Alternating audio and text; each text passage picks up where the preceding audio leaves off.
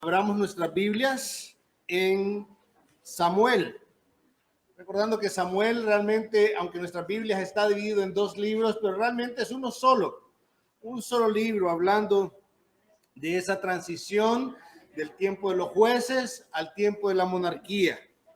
Hoy vamos para retomar Samuel, vamos a regresar un poquito a Primera de Samuel capítulo 11. Yo sé que hoy corresponde el 14, pero vamos a ver unos detallitos en el capítulo 11 que son importantes para hoy. Y algo que vimos en el capítulo 11, si ustedes revisan versículos 6 y 7, es: y el Espíritu de Dios vino con poder sobre Saúl al escuchar estas palabras, y Saúl se enojó grandemente, y tomando una yunta de bueyes, los cortó en pedazos y los mandó por todo el territorio de Israel por medio de mensajeros, diciendo: así será a los bueyes del que no salga en pos de Saúl y en pos de Samuel. Entonces el terror del Señor cayó sobre el pueblo y salieron como un solo hombre. Y en el versículo 11 vemos cómo Saúl, en el poder del Espíritu Santo, guía al pueblo y derrotan a los amonitas. Y esa batalla contra Naas fue espectacular, increíble. Vimos en el capítulo 13, el capítulo 14, una secuela del capítulo 13, vimos a Jonatán. Jonatán salió de la nada. No se nos había dicho nada acerca de Jonatán. No sabíamos hasta este punto que Saúl tenía un hijo. Pues resulta que sale Jonatán y vemos a un Jonatán que sale venciendo a una guarnición de los filisteos y a Saúl tomando el crédito por el logro de su hijo. Eso fue el capítulo 13. Vimos también el temor de Israel, porque los filisteos se levantaron y era un mar de filisteos, con hombres de a caballo, con hombres en carros. La multitud a pie era vasta. Y vimos también cómo Saúl decidió rechazar la dirección de Dios y continuar en sus propios términos su reinado. Vimos la necedad de Saúl.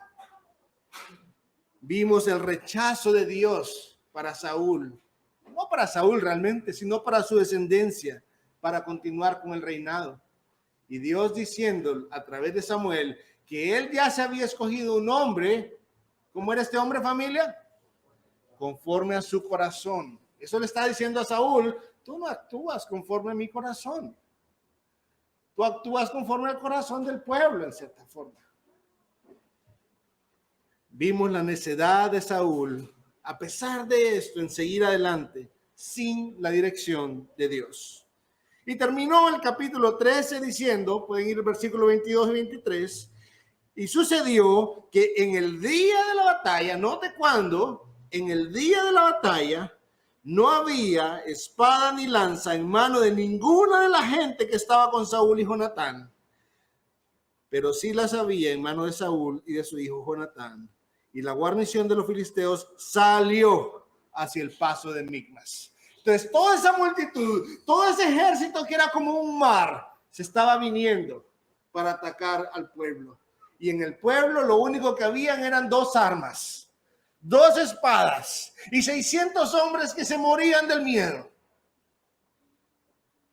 Con un mar, un ejército que era como un mar que se les venía para destruirlos. Hoy vamos a retomar el capítulo 14 a partir de este punto. Pero antes, acompáñenme a orar, por favor. Padre Celestial, gracias te damos, Señor, por tu palabra.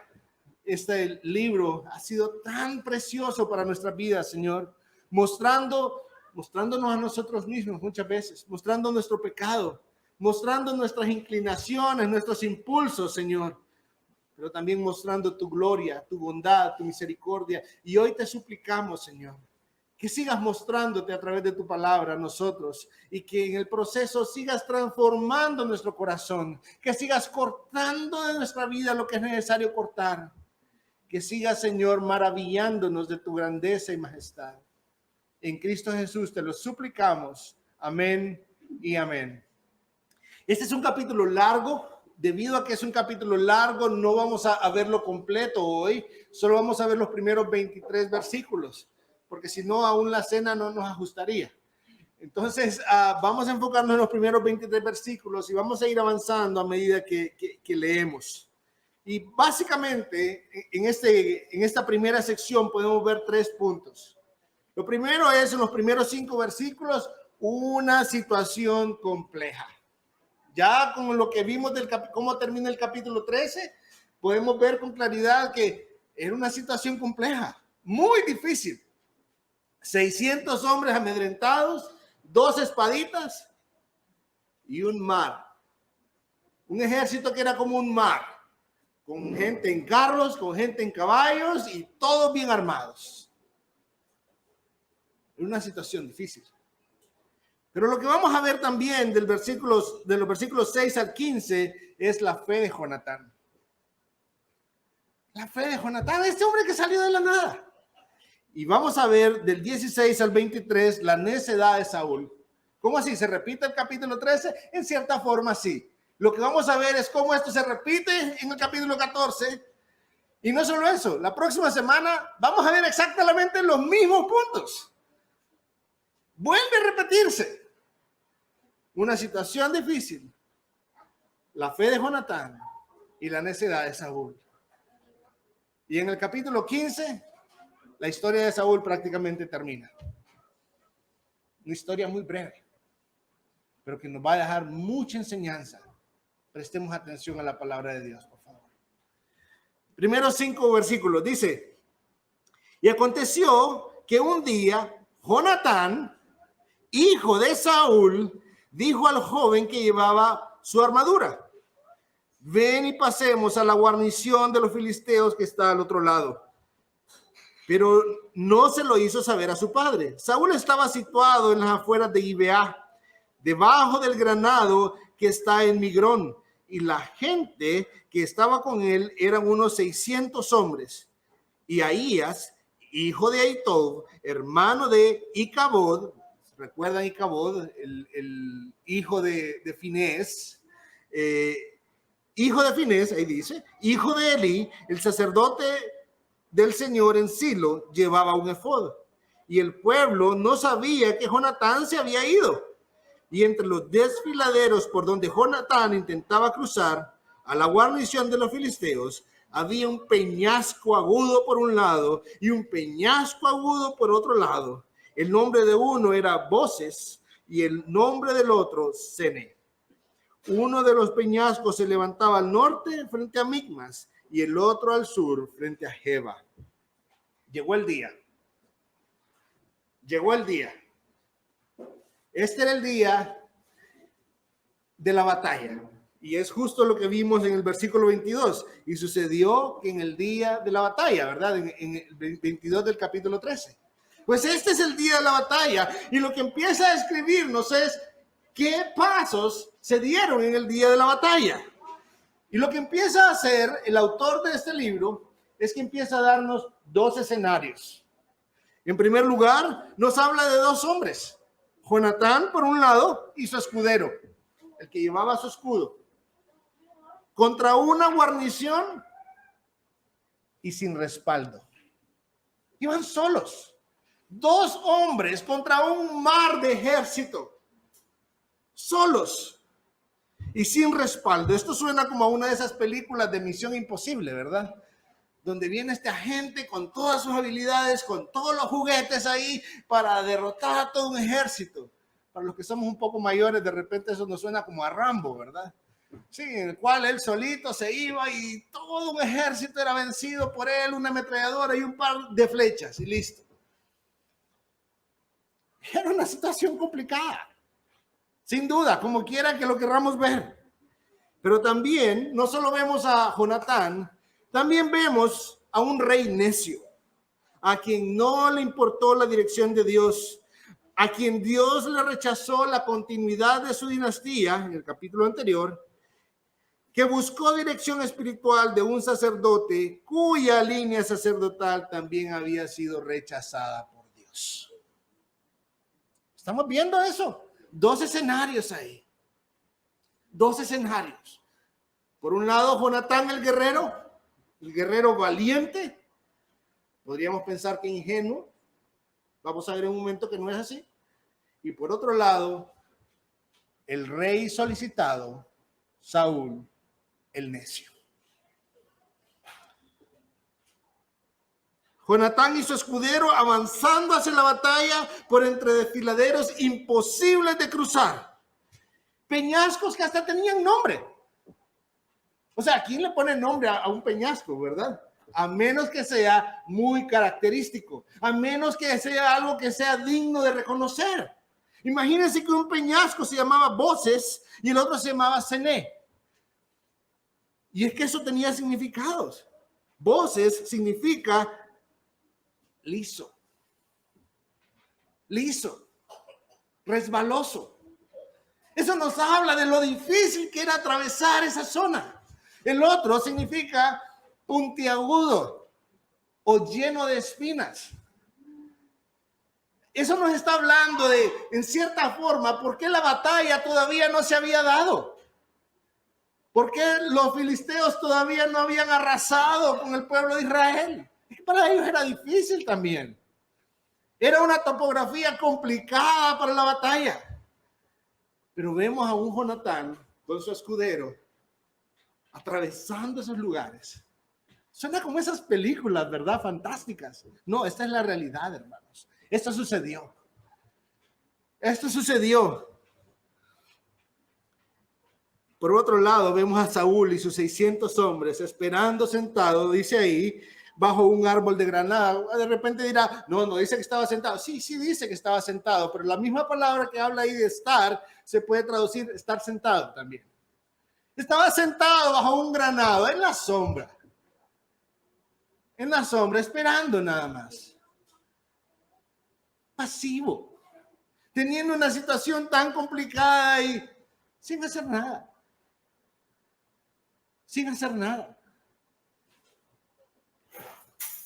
Lo que sí hizo fue hacerse acompañar de este hombre, Ahías, a quien el autor de Samuel, por alguna razón, no sin causa, nos da todo el detalle de quién es. Piensen cuánto detalle nos da de Ahías. Es para decirnos, preste atención, ¿quién es este hombre? Mire el versículo 3. Y Ahías, hijo de Ahitob, ¿hermano de quién? De Icabod. ¿Se acuerda, hermano, qué significa Icabod? La gloria del Señor se ha ido. Este era un sobrino de la gloria del Señor se fue. Y claro, la gloria del Señor se había ido de Saúl también. Desde el capítulo 13 lo vimos con mucha claridad. Saúl despreció la guía del Señor. Pero no solo nos dice que era hijo de Icabod, nos dice que era hijo de Finés. Pudo haber dicho solamente que era hijo de Icabod y hubiera bastado, pero nos dice que era hijo de Finés. ¿Recuerda quién era Finés, hermano? Era este hijo de Elí, que era un desastre, que abusaba del pueblo. Y él está haciendo toda la conexión hasta Elí, que también fue un desastre, que no estorbó el pecado de sus hijos, sino que participó con ellos. Y que Dios rechazó la continuidad de su sacerdocio. Pero ahí está este hombre. Es como diciéndonos, mira quién buscó Saúl. Samuel se fue, pero él se hizo traer otro sacerdote. Uno de un linaje que Dios había rechazado. Es como, ok, Dios no me va a ayudar de esta manera, me va a ayudar de esta otra. ¿Saben lo que estamos viendo aquí, hermanos? Lo mismo que vimos cuando el pueblo decidió llevar el arca al terreno de la batalla. Dios no nos ayudó. Ok, movamos el arca. Ahora sí Dios nos va a ayudar. No, es Dios. Nosotros somos criaturas. Él es Dios. Necesitamos ponernos en nuestro lugar, hermanos. Nosotros no somos Dios. Nosotros no somos soberanos. Él lo es. Y de entrada, cuando le prestamos atención o cuando de repente no le prestamos atención, suena como algo bueno. Ah, qué bueno, Saúl como que ya está entendiendo la situación, se hizo acompañar de un sacerdote. Ah, Saulito tenía fe. No, hermanos. No, hermanos, no es así. No es algo bueno. Está trayendo personas a las que Dios ya ha descalificado. Personas a las que claramente se nos ha dicho quiénes son. La gloria al Señor se ha ido. A Elí, a Finés, Dios mismo los mató. Era el juicio de Dios la razón por la cual murieron. Y este hombre está trayendo esa dirección al pueblo. Samuel había dejado a Saúl. ¿En base a qué dirección pretendía avanzar? Solamente está repitiendo de nuevo el capítulo 13. Jonatán, el hombre que por la necedad de su padre no tiene acceso a ser rey, a pesar de su valor. Y Saúl, el rey que a pesar de estar sin la dirección de Dios, pretende seguir adelante mostrando su necedad. Saúl, el rey, deshonra a Dios en público con su rebeldía, mientras Jonatán, el guerrero, honra a Dios por su fe.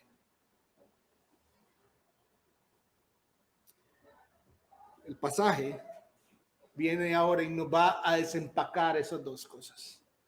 La fe de Jonatán y la necedad de Saúl. Prestemos la atención, versículos 6 al 15, hermanos. Y Jonatán dijo al joven que llevaba su armadura: ven y pasemos a la guarnición de estos incircuncisos. Quizá el Señor obrará por nosotros, pues el Señor no está limitado a salvar con muchos o con pocos. Y su escudero le respondió: haz todo lo que tengas en tu corazón. Ve, pues aquí estoy contigo a tu disposición. Entonces dijo Jonatán: mira, vamos a pasar hacia esos hombres y nos mostraremos a ellos. Si nos dicen: esperad hasta que lleguemos a vosotros, entonces nos quedaremos en nuestro lugar y no subiremos a ellos. Pero si dicen: subid a nosotros, entonces subiremos, porque el Señor los ha entregado en nuestras manos. Esta será la señal para nosotros. Cuando ambos se mostraron a la guarnición de los filisteos, estos dijeron: mirad, los hebreos salen de las cavernas donde se habían escondido. Los hombres de la guarnición saludaron a Jonatán y a su escudero y dijeron: subid a nosotros y os diremos algo. Y Jonatán dijo a su escudero: sube tras mí, pues el Señor los ha entregado, en manos de Israel. Entonces Jonatán trepó con manos y pies y tras él su escudero, y caían los filisteos delante de Jonatán, y tras él su escudero los remataba. La primera matanza que hicieron Jonatán y su escudero fue de unos 20 hombres en el espacio de una media yugada de tierra. Y hubo estremecimiento en el campamento, en el campo y entre todo el pueblo. Aún la guarnición y los merodeadores se estremecieron y la tierra tembló. Fue un gran temblor. Prestemos atención a los detalles aquí, familia. Jonatán, solo con su escudero, en esta misión imposible. Y nos deja ver que esto no se trataba de un optimismo ingenuo. Esto no se trataba de: yo declaro que vamos a ganar. No, no era eso. No era un optimismo ingenuo. Era fe, hermanos. Prestemos atención a las palabras de Jonatán. Presta atención al versículo 6. Ven y pasemos a la guarnición. ¿De quién? ¿De quién, hermanos? De los incircuncisos, exactamente. Estas no son palabras de insulto. Estas no son palabras de desprecio. Estas son palabras que recuerdan que Dios hizo promesas, pero no con ellos, sino con Jonatán y su pueblo. Ese es el propósito de esas palabras. Ellos no tienen ninguna garantía de Dios.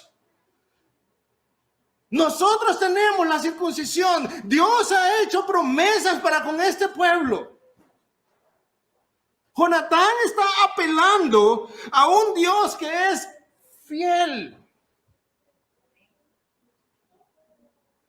Ese es el propósito de esto. Veamos la siguiente frase. Dice, quizá el Señor obrará por nosotros. No dijo quizás, eso significa que duda. Entonces, no, él no tiene fe. No, no es cierto. Eso es humildad. Eso es reconocer de que la obra de Dios no está en sus manos ni en su boca. Dios va a hacer tal cosa. No, él no podía asegurar que Dios iba a actuar a su favor. Lo que sí podía asegurar era que era un Dios fiel. Pero también ese quizás lo que está mostrando es humildad, no arrogancia. Está diciendo, el soberano es Dios.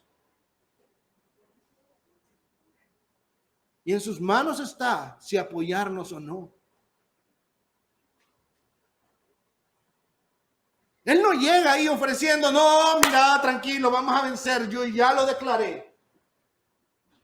No, eso es arrogancia, hermanos. Eso es no saber dónde estamos parados. Eso es no saber delante de quién estamos.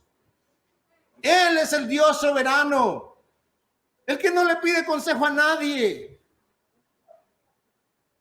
el todopoderoso. Nosotros somos creación caída.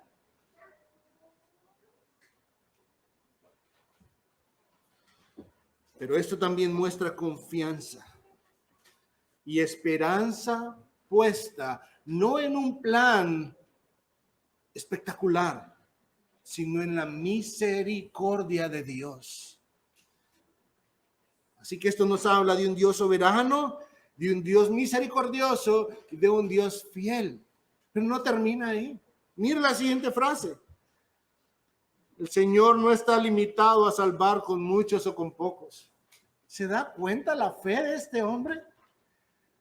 ¿Se da cuenta lo que este hombre está diciendo? Realmente el Señor ni nos necesita, pero si nos quiere usar, aquí estamos. Y es que el Señor ya lo había hecho. Recuerden las batallas anteriores. Fue el Señor el que humilló él solo a los filisteos. Destruyó a su dios Dagón. Él solo, sin necesidad del pueblo. Y este hombre está diciendo, escudero, mira, no se trata de nuestra capacidad, tenemos que llevar esto bien claro. No se trata de qué tan capaces somos, se trata de su misericordia.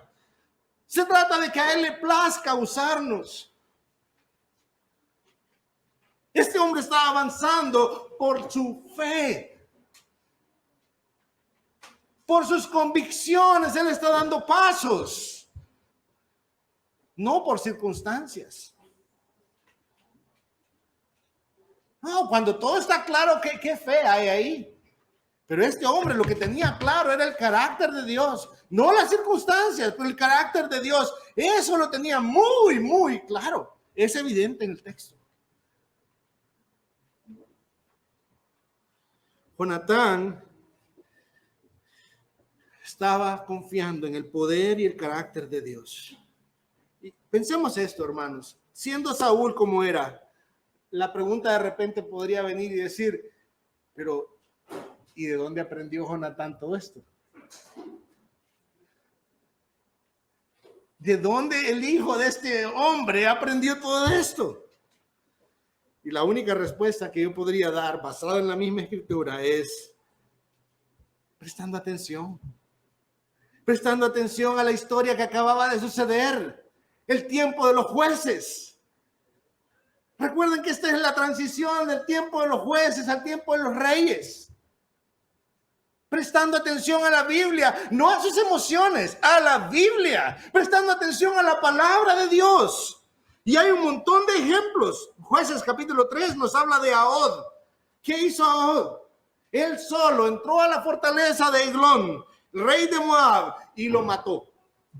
Él solo. ¿Cómo así? ¿Le aplaudimos a Ahod? No. Fue Dios usándolo. Fue su fe moviéndolo. Fue Dios mostrando su misericordia para librar al pueblo. Ahí mismo en Jueces nos habla de Samgar. Él solo hirió a 600 filisteos con una pieza de arado. ¿Cómo así? ¿Es que él era muy, muy bueno? No. La misericordia de Dios librando al pueblo, usando a hombres comunes y corrientes. Jueces capítulo 7. Bueno, podemos verlo del 6 al 8. Dios usando a Gedeón. Con 300 hombres derrotó a un mar de madianitas. No 600 como tenía Saúl, 300. Podemos ver a Sansón. Jueces 16. Derribando el templo de Dagón con los príncipes filisteos y todos los filisteos ahí adentro. ¿Es que estos hombres eran espectaculares? No. Es que servían a un Dios espectacular. Eran hombres, pecadores como nosotros. Pero al igual como en Saúl, cuando vimos en Samuel capítulo 11, lleno del Espíritu Santo, destrozando el ejército amonita. Pero no es lo que vemos ahora. Vemos a un Saúl actuando por sus propias fuerzas. Pero vemos a un Jonatán que no ha dejado de observar lo que Dios hace con gente común y corriente.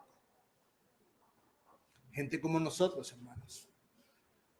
Gente como nosotros. Jonatán lleva a cabo su plan. Se asoma a la guarnición filistea. Hola, señores. Los filisteos reconocen que son hebreos. Y sabían que los hebreos estaban llenos de temor y sabían que se habían ido a esconder a las cuevas. Ay, están saliendo de las cuevas ya. Hey, señores, vengan. Tenemos algo que queremos contarles aquí. ¿Y qué hace Jonatán? Él no pierde el enfoque en ningún momento. Dice al escudero, hey, vamos. No dice el Señor me los entregó. Préstele atención a las palabras que dijo Jonatán, por favor. Préstele atención para que podamos ver. Dice, sube en el versículo 12. Sube tras mí, pues el Señor los ha entregado en manos de... Ahí no había arrogancia, hermanos. Él sabía quién era el que estaba actuando, era el Señor, y él sabía que no era la victoria propia. Era la fidelidad de Dios para su pueblo. Para su pueblo. El Señor los ha entregado a Israel. Jonatán comprendió que Dios estaba de su parte, que los filisteos, sin importar cuántos fueran, estaban entregados ya. John Knox dijo una vez, es que aunque solo sea un hombre, pero si está con Dios, son mayoría. Hermanos, eso no deja de ser cierto para nosotros también. Somos llamados a vivir para la gloria de Dios. Y basta que Dios esté de nuestro lado. O mejor dicho, que nosotros estemos del lado de Dios. Y eso ya es mayoría. Y vemos a un Jonatán que viene y dice que sube usando manos y pies. Eso nos da la idea de cuán difícil era subir por ese lugar.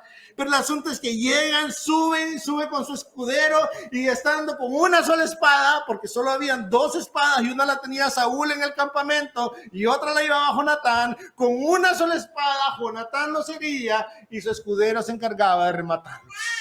Suena como esas películas fantásticas, pero no es una película fantástica, es una realidad impresionante lo que sucede cuando Dios nos usa, hermanos. Note que no estoy diciendo una realidad impresionante que sucedía, no, estoy diciendo que sucede cuando Dios nos usa. Porque no se trata de nosotros, sino de nuestro gran Dios. Y en un momentito, ahí dice una yugada, esos son pocos metros de avance. En pocos metros de avance, con una sola espada ya habían eliminado a 20 filisteos. Y lo que vemos es que como si fuera poco, no solo están eliminando, no solo están avanzando, sino que la tierra se estremece. La tierra tiembla y dice que fue un gran temblor. Dios mostrando lo que estaba haciendo en ese momento, trayendo terror sobre los filisteos, trayendo pánico sobre los filisteos, al punto de que no fue por Jonatán y el escudero, sino por la obra de Dios, el ejército, el mar filisteo, empieza a retroceder, despavoridos por lo que Dios está haciendo. No se nos dice que vieron a estos dos hombres y que los vieron invencibles. No, vino un temor sobre ellos. Vino pavor sobre ellos. Dios librando nuevamente a su pueblo. Pero no termina ahí el pasaje. Versículos 16 al 23, hermanos. Vemos la necedad de Saúl. 16. Y miraron los centinelas de Saúl en Gibeá de Benjamín, y he aquí que la multitud, es decir, los filisteos, se dispersaba yendo en todas direcciones. Y Saúl dijo al pueblo que estaba con él: pasad lista ahora y ved quién ha salido entre nosotros. Cuando ellos pasaron lista, he aquí que Jonatán y su escudero no estaban. Entonces Saúl dijo a Ahías: trae el arca de Dios. Porque en ese tiempo el arca de Dios estaba con los hijos de Israel. Y sucedió que mientras Saúl hablaba con el sacerdote, el alboroto en el campamento de los filisteos continuaba y aumentaba. Entonces Saúl dijo al sacerdote: retira tu mano. Y Saúl y todo el pueblo que estaba con él se agruparon y fueron a la batalla. Y he aquí que la espada de cada hombre, es decir, filisteo, porque sabemos que solo había una espada en todo ese ejército. Y sabemos, entonces, y aquí que la espada de cada hombre se volvía contra su compañero y había gran confusión. Entonces los hebreos que de antes estaban con los filisteos y que habían subido con ellos de los alrededores al campamento, aún ellos también se unieron con los israelitas que estaban con Saúl y Jonatán. Cuando todos los hombres de Israel que se habían escondido en la región montañosa de Efraín oyeron que los filisteos habían huido, ellos también los persiguieron muy de cerca en la batalla. Así libró, ¿quién? Así libró el Señor a Israel en aquel día. La batalla se extendió más allá de Betabel. Quiero volver a leer esta última frase, hermanos. Así libró el Señor a Israel en aquel día. En el campamento de Saúl, están ahí tranquilos, bajo el granado, bajo la sombra. Trato de imaginarme un lugar fresco. Y están ahí, esperemos un poco, ellos no pueden pasar, está difícil el paso, nosotros tampoco. Esperemos a ver qué pasa. Y empiezan a notar que los filisteos están alborotados. Alborotados al punto que están corriendo, pero en dirección contraria. Están huyendo. ¿Pero de qué? Pasa lista, pasa lista. Quiero ver qué es lo que está pasando aquí. Mi rey, faltan dos. Jonatán y su escudero. Faltan dos. Entonces, ¿qué hace Saúl? Llámenme al capellán, por favor, porque el sacerdote se le había ido realmente. El sacerdote se fue. Era Samuel, ¿recuerdan? Capítulo anterior. Llámenme al capellán, por favor.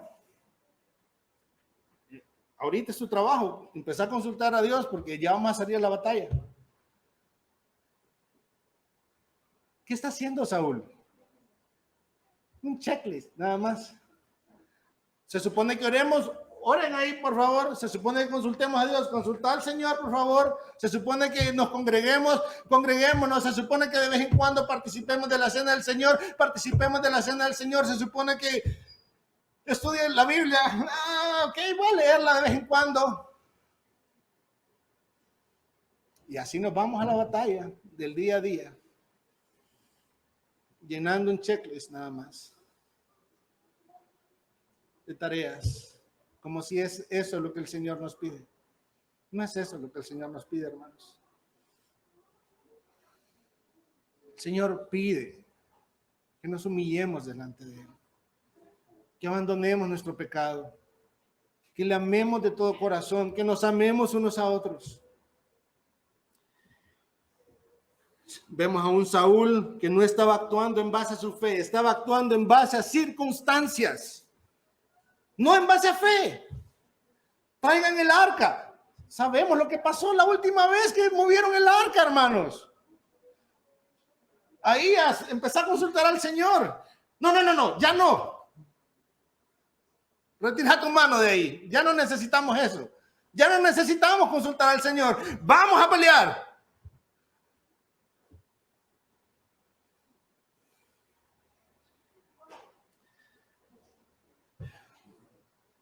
Saúl tenía un corazón, no podía faltar Santiago, ¿verdad? Saúl tenía un corazón como el de Santiago 1, versículos 6 al 8. Doble ánimo. Un corazón de doble ánimo es inconstante en todos sus caminos. Es como la ola del mar. Ahorita está acá. Las circunstancias cambian. Quita tu mano. Está acá. Las circunstancias cambian. Vuelve para acá. Ay, que está difícil la vida. Tengo que honrar a Dios. Volvemos para acá. Ay, es que ahora todo está fácil. Ya no necesito seguir honrando a Dios. ¿Parece conocida la vida de Saúl, hermanos? Sí, si están pensando que yo así soy, a veces así soy, hermanos. A veces así somos.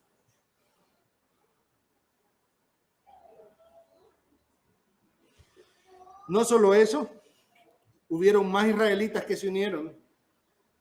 Dice que habían ahí israelitas que ahora estaban trabajando para los filisteos. No solo eso, nos dice que aún aquellos que estaban escondidos salieron también. Claro, ya cuando la fiesta empezó es fácil unirse, ¿verdad? Pero nos dice también que de esa manera es como el Señor libró al pueblo. Es que Dios puede usar a cualquiera, hermanos. Si hubieron momentos que hizo un burro,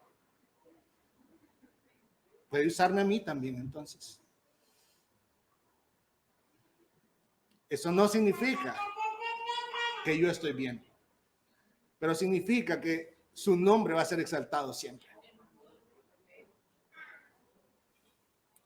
¿Qué hay para nosotros en este pasaje, hermanos? Hay mucho, pero voy a tratar de resumir 3 puntos. Tenía 4, pero voy a resumirlo en 3. Resumirlo, tómenlo entre comillas, por favor.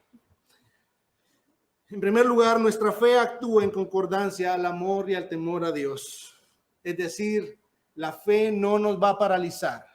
La fe, al igual que el amor a Dios y el temor a Dios, nos va a impulsar a vivir para Dios. Inclusive cuando eso involucra tomar riesgos. Y es lo que vemos en Jonatán. Su fe no lo empujó a esperar debajo de un palo. Su fe lo empujó a buscar honrar a Dios, poniéndose a su servicio. Pero en ocasiones tenemos una comprensión retorcida de lo que es la fe y queremos usarla como si eso nos diera un poder sobre Dios. Yo declaro ¿qué? ¿Qué significa? Que cuando yo digo yo declaro, Dios hace lo que yo quiero. No, hermano, todo va a estar bien. ¿Cómo sabe? Es que hay que ser positivo. ¿Dónde dice la Biblia que necesitamos ser positivos? Necesitamos tener fe, no ser positivos. Son cosas muy distintas. La fe reconoce a Dios como un Dios soberano, como un Dios no domesticado por nosotros. No es nuestra mascotita que si le sobo la cabeza da un brinquito. Es Dios. Quizá Él nos salve, dijo Jonatán. Y eso era fe, una fe humilde, no arrogante. Dios no está obligado a favorecernos, hermanos. Él va a ser fiel a cada una de sus promesas, pero Él no va a actuar en base a nuestra voluntad. El llamado es que nosotros aprendamos a vivir en base a su voluntad, que es algo muy distinto. 2, hermanos, nuestros hijos, presten atención acá, por favor, para que ustedes lo recuerden a sus papás. Nuestros hijos necesitan ser expuestos al ejemplo de lo que Dios hace con hombres comunes y corrientes por su gracia. Ellos necesitan ser expuestos a este tipo de circunstancias, ya sea a través de la palabra o a través de la iglesia. Es incongruente orar para que Dios saque a nuestro país de la triste condición espiritual en la que se encuentra y que al mismo tiempo no tengamos ninguna intención, que no seamos diligentes en llevar a nuestros hijos a la palabra de Dios.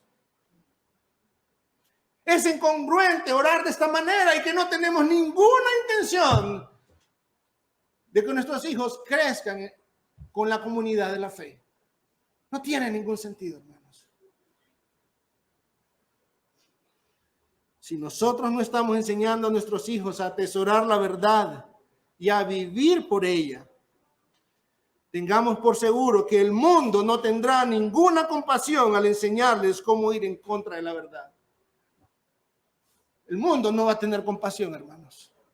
El mundo no va a tener ninguna misericordia de sus hijos.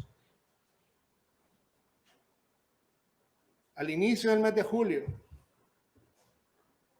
la comunidad homosexual sacó un video que retiraron a los pocos días, pero pueden buscarlo y ahí está, diciendo: vamos a transformar a sus hijos. Vamos a transformar a sus hijos. Vamos a enseñarles una nueva forma de amor. Hermanos, Satanás no está jugando. Cuando dice que anda como león rugiente buscando a quien devorar, Él no está procurando hacerle cosquillas para que con cosquillas usted quede inhabilitado. No, Él está buscando destruir. Es un mentiroso y es un asesino desde el inicio. No podemos dar tregua.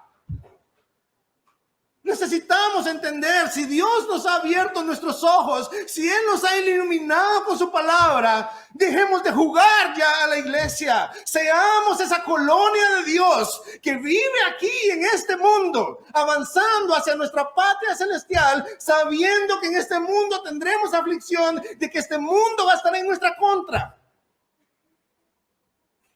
De que este mundo va a encontrar maneras de derribarnos. De que este mundo va a enseñarnos a pensar conforme a este mundo. Pero a veces pensamos que la sabiduría de Dios la vamos a encontrar fuera de la Escritura. No, hermanos. Necesitamos vivir en base a fe, no en base a circunstancias. Y vivir en base a fe no es vivir a ciegas. Vivir en base a fe es vivir en base a lo que conocemos de Dios.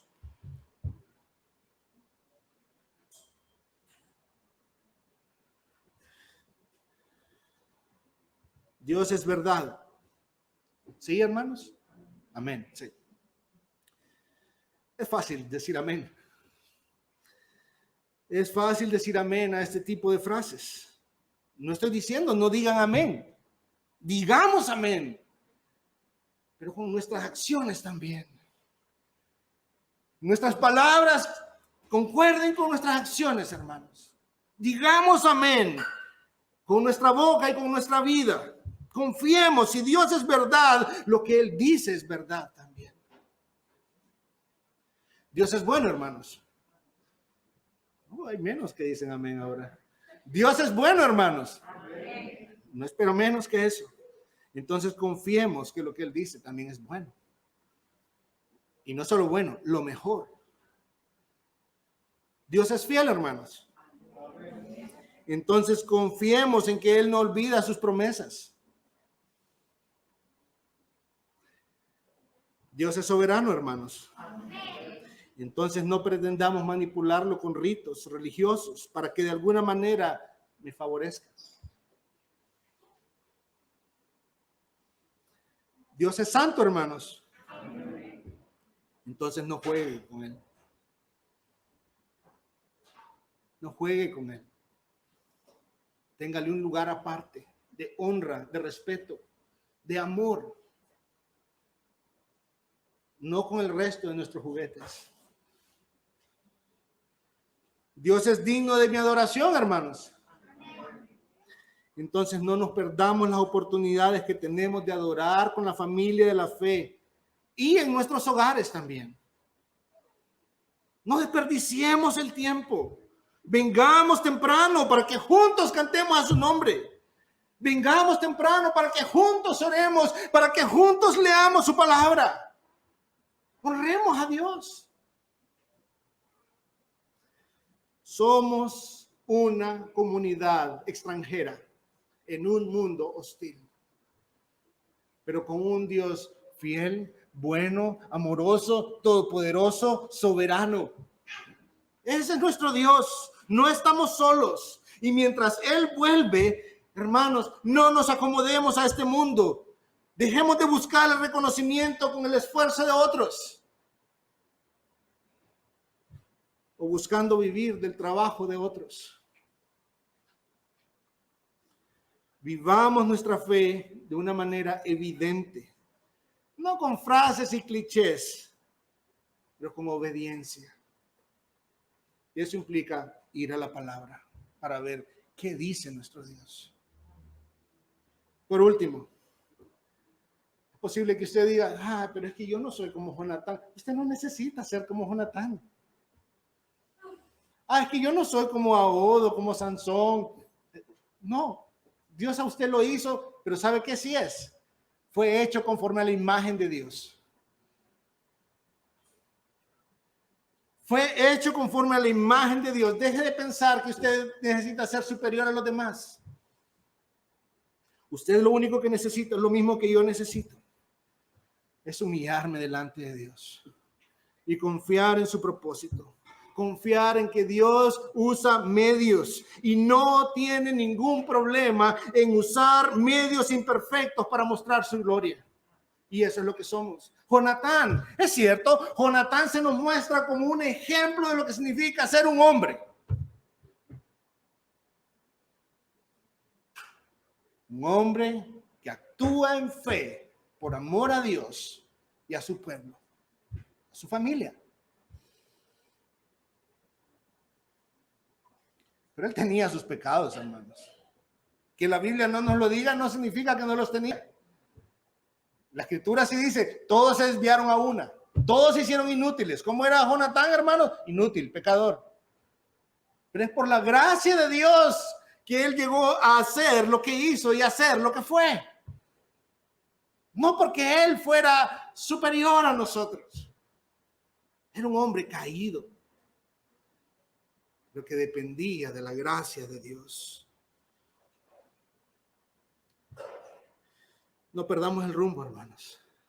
Somos imperfectos, pero enfoquémonos en el Dios que usa medios imperfectos.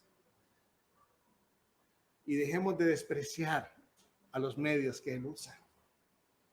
Porque a veces terminamos despreciando otros medios que Él usa también.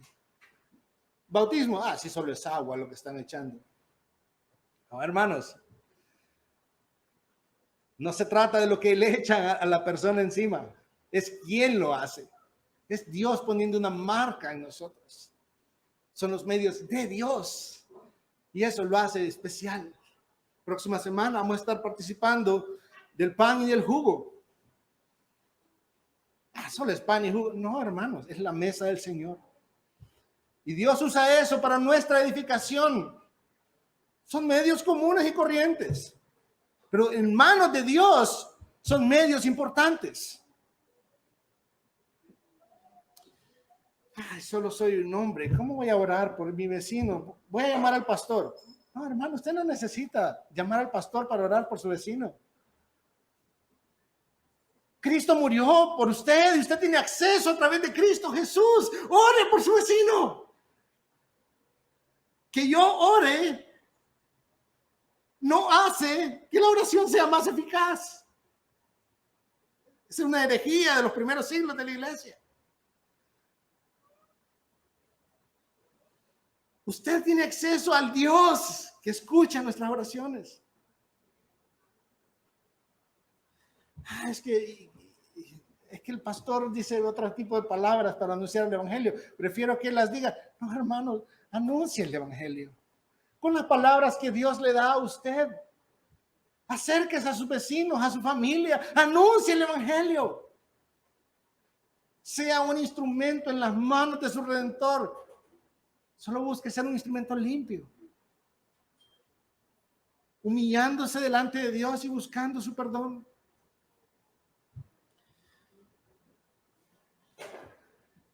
Nuestro Dios es misericordioso, hermanos.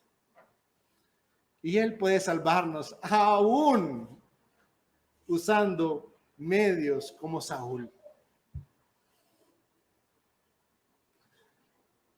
Así que nuestros ojos no tienen que estar puestos en las cosas de este mundo, sino en el Dios que es dueño de este mundo.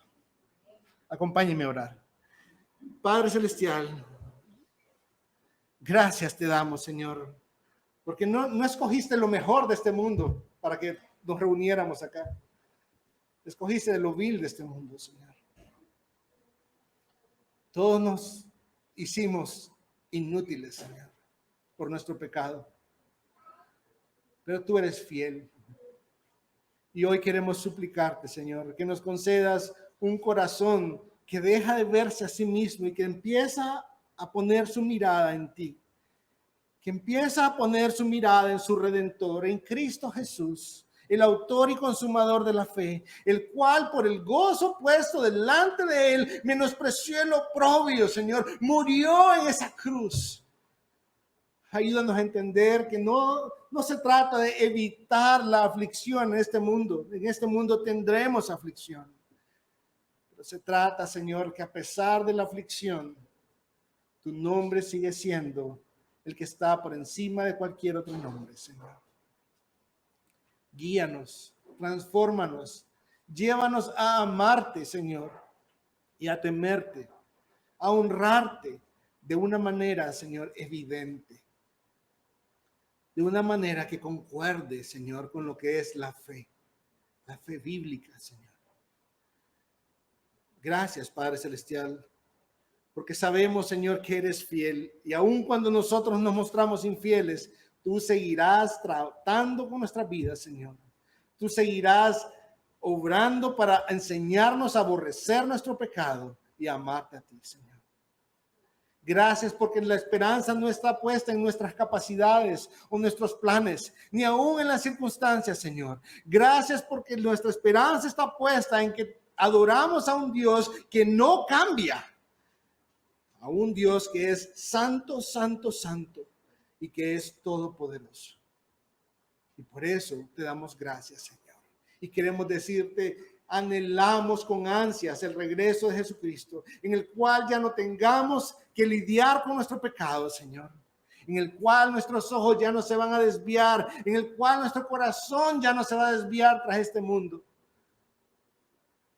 sino que por fin, Señor, seremos totalmente rescatados de las amenazas que a veces son como un mar en contra de nosotros, Señor. Gracias por la victoria que tenemos en Cristo Jesús. Amén y amén.